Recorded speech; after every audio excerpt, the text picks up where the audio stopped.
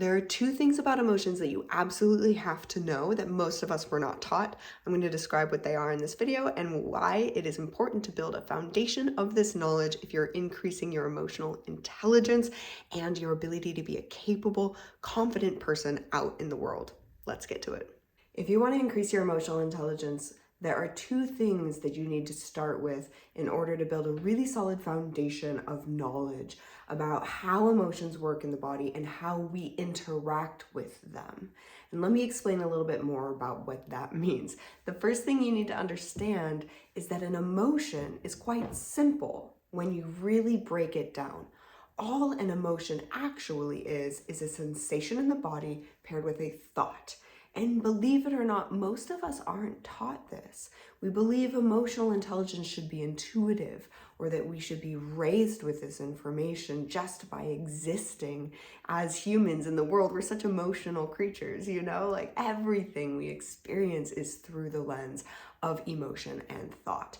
But believe it or not, most of us aren't taught on a physiological level what an emotion actually is. And it's really important to understand if you're going to learn how to renegotiate your relationships to the emotions that you experience. So on a foundational level, an emotion is a sensation in your body paired with a thought. Now, what is sensation? It's a physical feeling. It's physiological. You're going to feel tingling in your hands, flushing in your cheeks, butterflies in the belly, maybe your chest gets hot, or your shoulders feel heavy, or your feet feel like they want to run out the door and they feel all tingly and antsy. Maybe you feel tension, right? When you're feeling angry.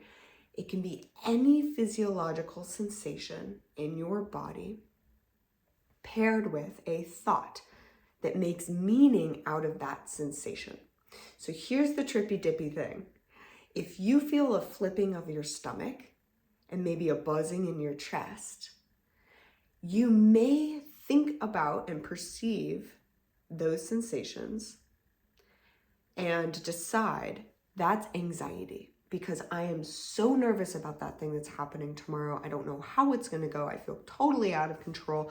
I'm so anxious right now. My body is wigging out, right? Or you could feel the exact same thing, the flipping of the stomach, some of the heat and the sensation and tingling in the chest. And you might say, of course, it's excitement. I can't wait to go on that trip tomorrow and see those people that I love. And my body is just so energized by this experience that's coming up. So you have the same physiological sensation, the same feelings in the body, but a different meaning. Now, why is this important? It's important because you get to decide what the feelings in your body mean. You get to choose how you make meaning out of your feelings and whether they move you forward towards the person that you want to be or keep you stuck. Whether you're able to take full responsibility for your feelings and really own what you are sensing in your body and what you're going to do with that sensation. The reason why this is super important is because what it tells us is that you have ultimate responsibility and ownership over your feelings and your thoughts, the way you make meaning out of what you experience. So many of us feel victim to our feelings because we weren't taught what to do with them.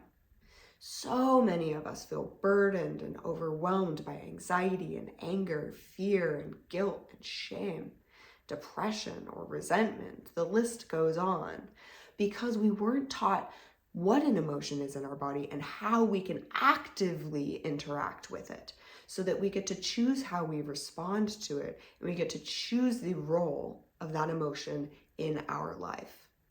Does that make sense?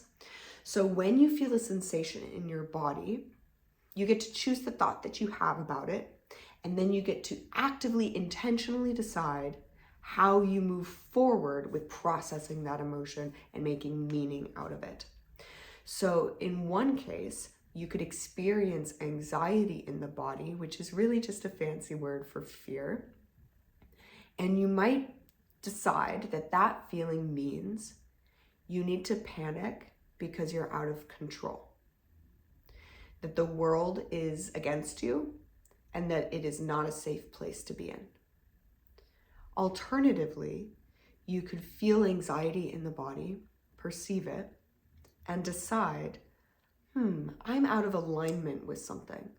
That is why I'm feeling anxious and wanting to control the things outside of myself that I'm actually out of control of in the first place. I cannot control them. Because I know that, I'm going to sit with my anxiety. I'm going to ask it what it needs me to do to step back into alignment.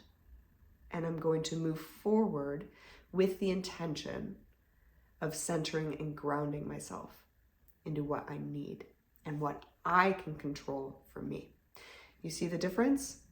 So one way to make meaning out of your emotions is to remain a victim to them, and the other way is to use them, take full responsibility for them, process them fully, and use them to leverage your ability to step back into alignment as the person that you want to be. You get to choose, and that's the really beautiful thing. And we're going to talk about how you can process your emotions in this way in future videos. The next thing you need to know if you're going to build a super strong foundation of emotional intelligence is that you can have feelings about your feelings. This is super well exampled in the feelings wheel. There are 7 primary emotions that all of us experience at one point in our life, and that is happy, sad, surprised, bad, fear, anger, disgust. Is any of that surprising to you? Then you're feeling a primary emotion. The beautiful thing about this feelings wheel is that it shows us that underneath all of these other emotions that we might feel, like resentment, contempt, frustration, irritation, pride, joy, are deep underlying emotions. So most of the time, if we don't know how to process our anger, for instance, it's going to come out as resentment, or it's going to come out as fear, or it's going to come out as some other emotion, irritation, frustration, contempt.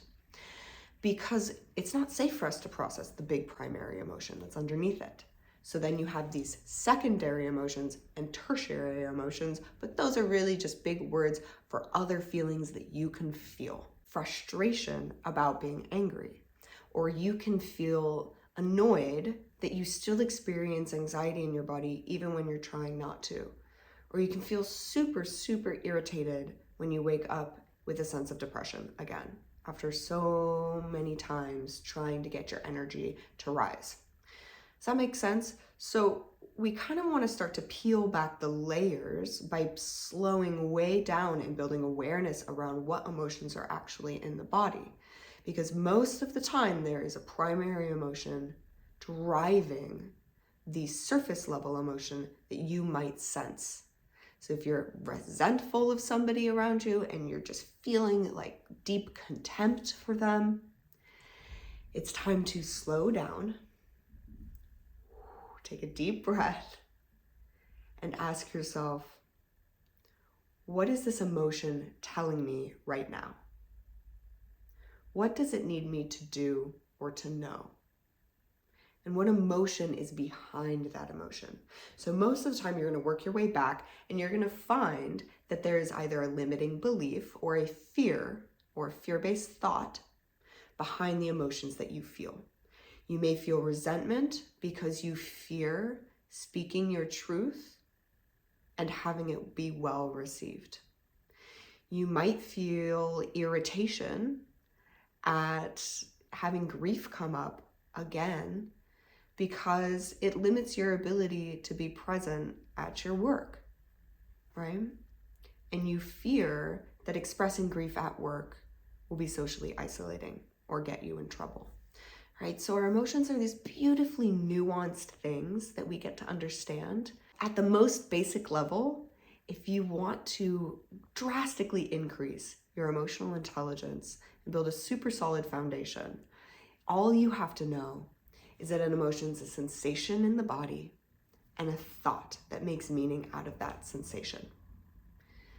Whatever you decide to term your emotions, know that you get to choose how you make meaning out of them and whether they keep you feeling stuck or they support you in moving forward.